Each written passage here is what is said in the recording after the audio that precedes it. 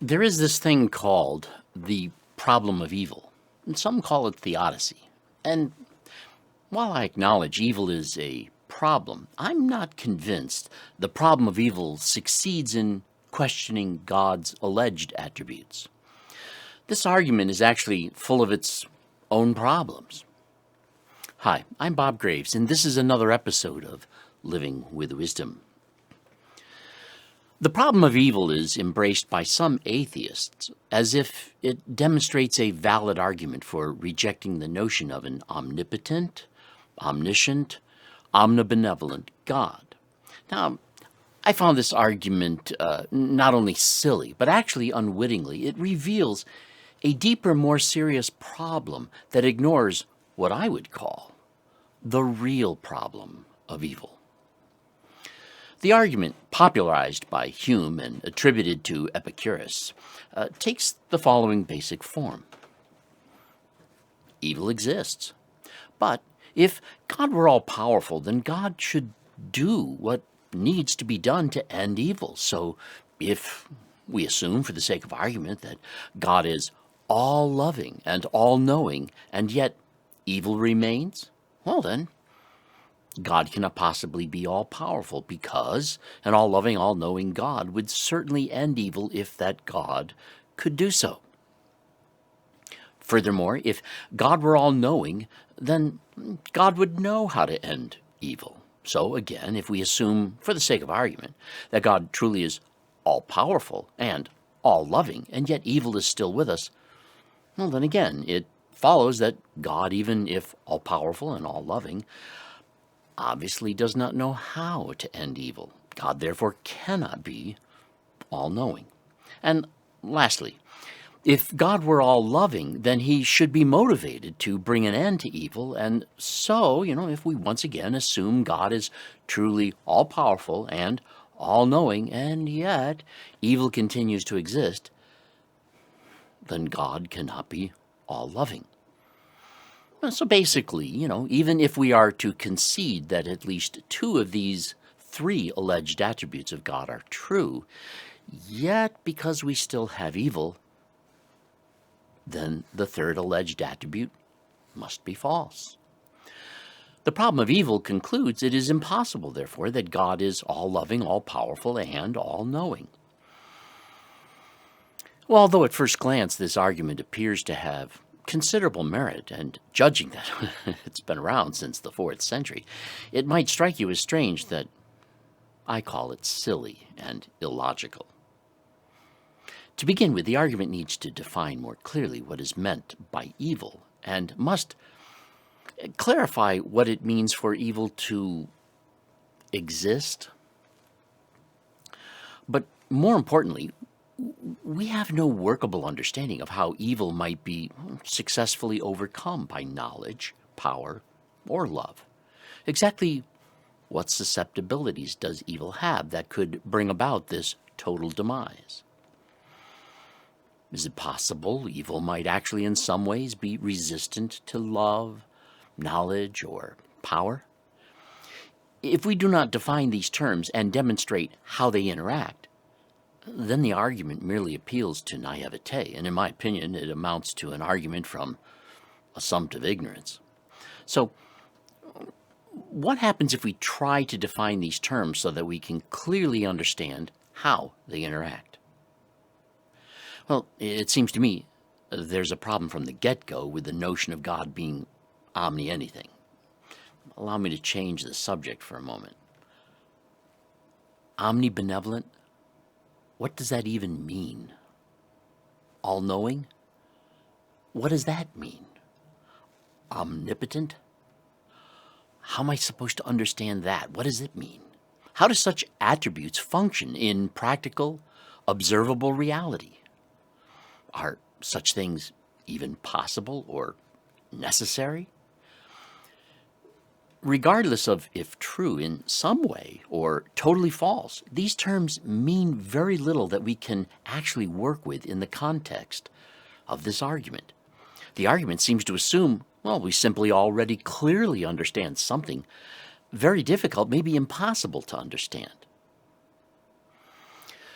From an atheistic point of view, these terms seem to be indefinable nonsense. They are silly terms, and frankly, I am inclined to think that arguments against silly things are just silly arguments.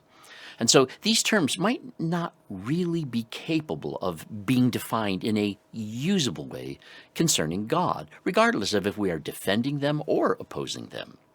So even if these attributes are true, even in some way, even if indefinable, I am still uncertain how could we possibly know such a thing, or how such attributes would actually function in the real world. And who can say God is omnipotent, omniscient, or omnibenevolent? How could they possibly know that? Furthermore, regardless of who makes such claims about God, why is it required that God, if it exists, possesses such alleged attributes, or more to the current concern, that such attributes could end evil? If we begin an argument with meaningless notions, impossible to even know if they could be true or false, we only imagine we have somehow made it possible to debunk something.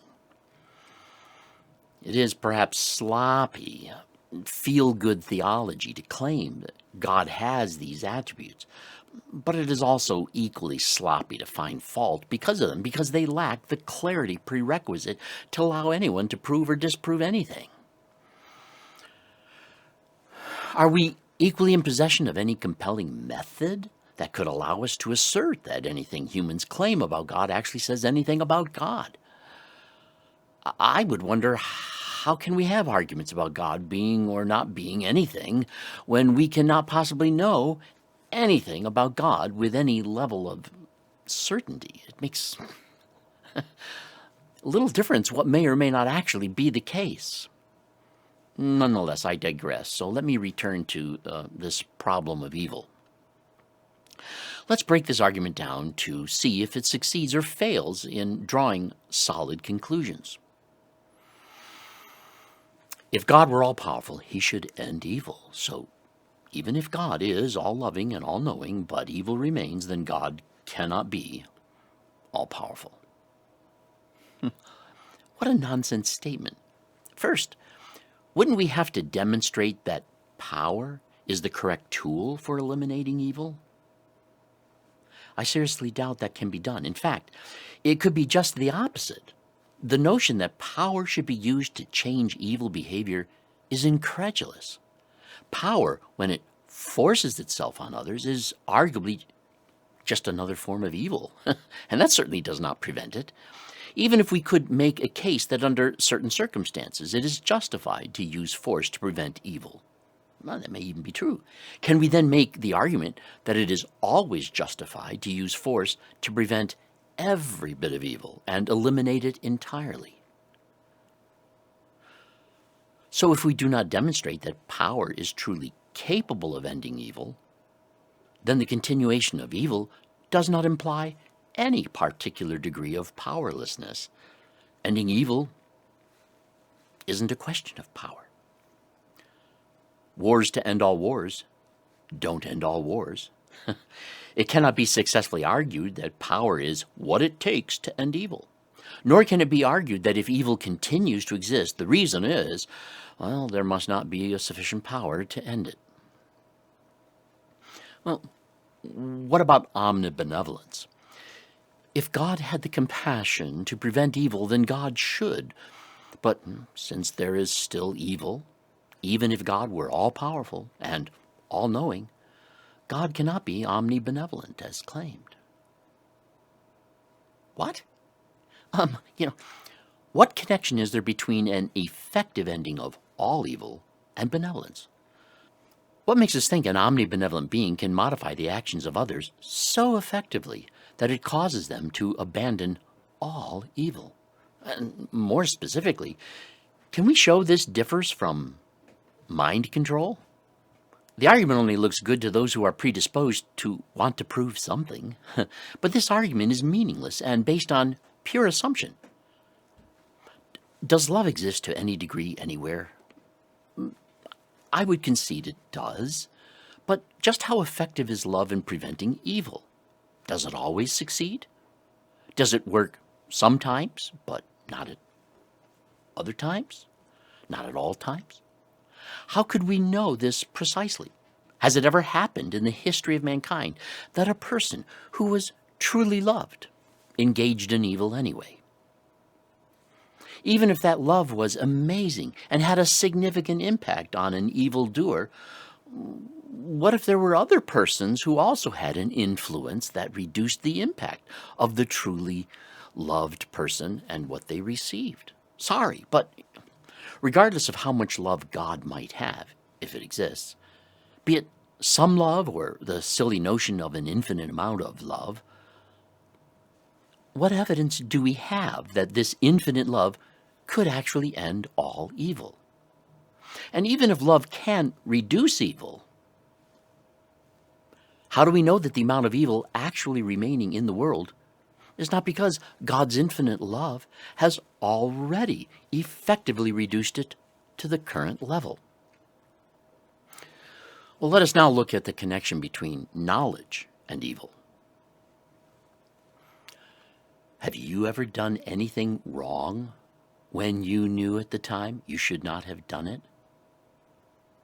Did that knowledge really help? And has it ever happened that someone did anything evil after being strongly warned by others that it was wrong?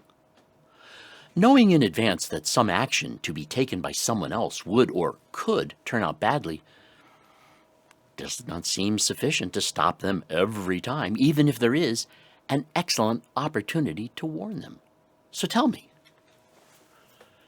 how effective would God's knowledge be in ending all evil? Or to be more specific, how does anything God might know actually keep anyone else from doing evil? No doubt it could have some impact, but to what degree?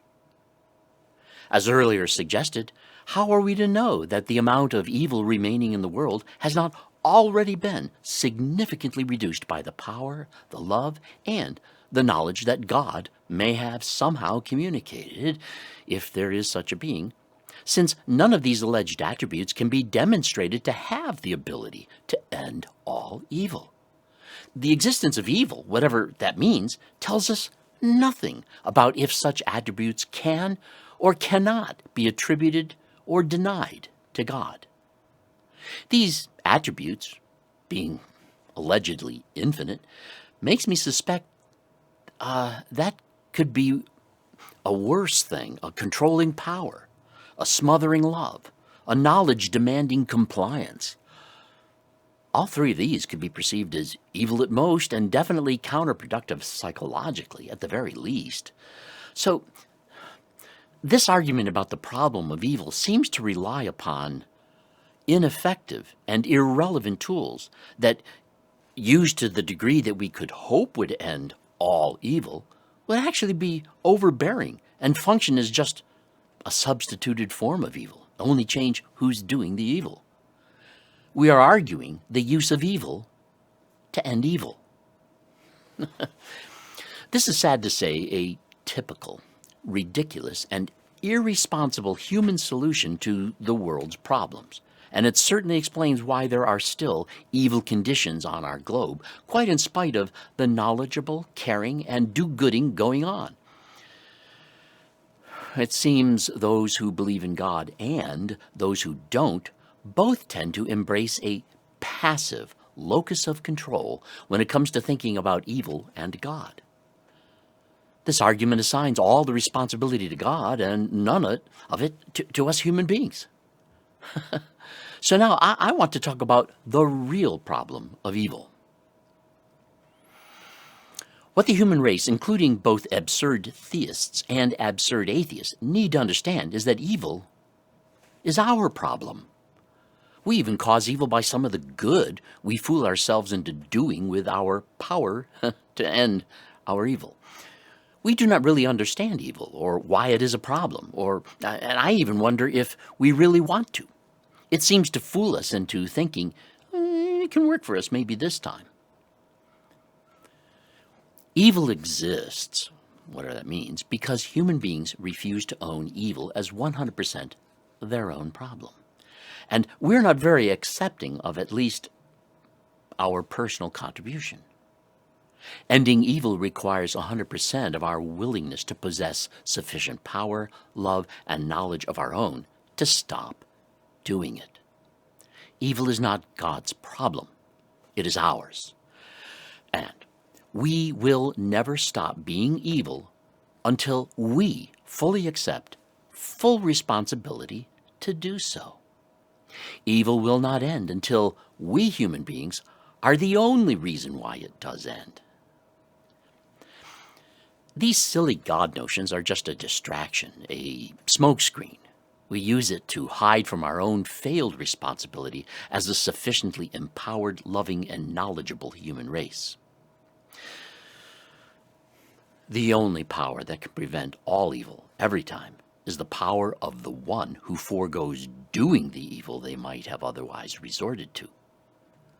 The only love that can prevent all evil every time is the love of the one who forgoes the evil they otherwise might have done for the sake of those they love.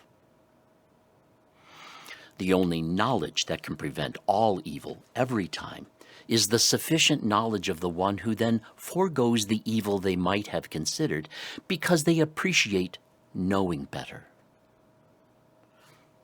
The only power, love, or knowledge that is sufficient to end evil is the power, love, and knowledge of the specific person who thereby turns away from evil. So, even if it were possible for God to be all-powerful, all-loving, and all-knowing, that does not guarantee it would thereby stop everyone else from ever being evil. Evil will never be eliminated by any amount of power, love, or knowledge except for the power, love, and knowledge of those who would otherwise be doing evil. Prove me wrong. Perhaps God is not even relevant in ending evil, regardless of God's attributes, whatever they may or may not be. We human beings need to learn our own lessons. We need self-control. We need to be more loving. We need more appropriate, relevant knowledge. The problem of evil is our problem, and the solution is also our solution. When it comes to the real problem of evil, assuming God has any responsibility in the matter was the Epicurean argument's first serious error. The real problem of evil says a great deal about human beings, and not a whole lot about God. I'm Bob Greaves. Thanks for listening. This has been Living with Wisdom.